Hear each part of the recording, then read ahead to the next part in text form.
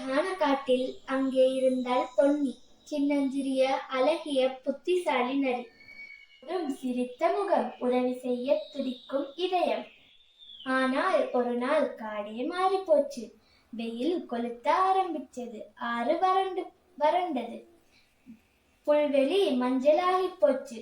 மிருகங்கள் தாகத்தால் பொன்னியின் தலையில் ஒரு பளிச்சென்ற அங்கியா பளிச்சிட்டு விளக்கு பல்பு போல ஒளிர்ந்தது.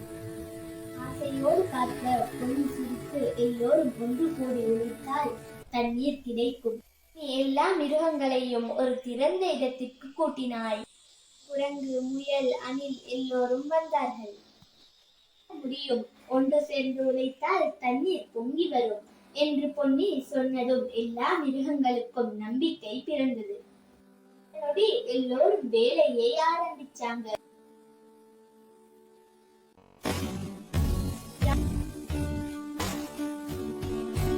குரங்கு குச்சிகளை அகற்றியது. காட்டு பன்றி ஆழ ஆழ தோண்டியது.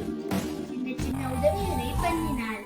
பொன்னி இன்னும் கொஞ்சம் என்று ஊக்கப்படுத்தினாள். புசு புசுன்னு ஒரு சின்ன குண்டு தண்ணி மேலே வந்தது. பிறகு இன்னும் தண்ணீர் வருது எல்லோரும் ஆச்சரியத்தோடு கத்தினாங்க. நேரத்திலேயே ஒரு பெரிய தெரிந்த குளம் நிரம்பியது. தண்ணீர் குடிச்சு தெறிக்க விளையாடினார்.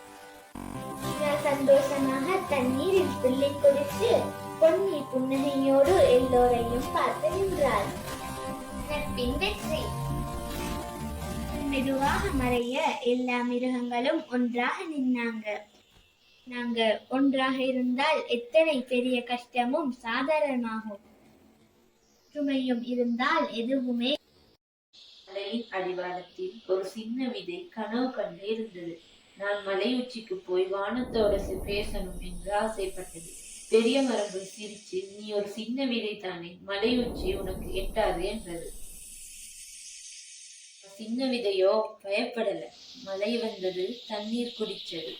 காற்று வீசியதும் மண்ணை இருக்க பிடிச்சுக்கிட்டது. சூரியன் வந்தான், மெதுவாக துளிர்த்தது.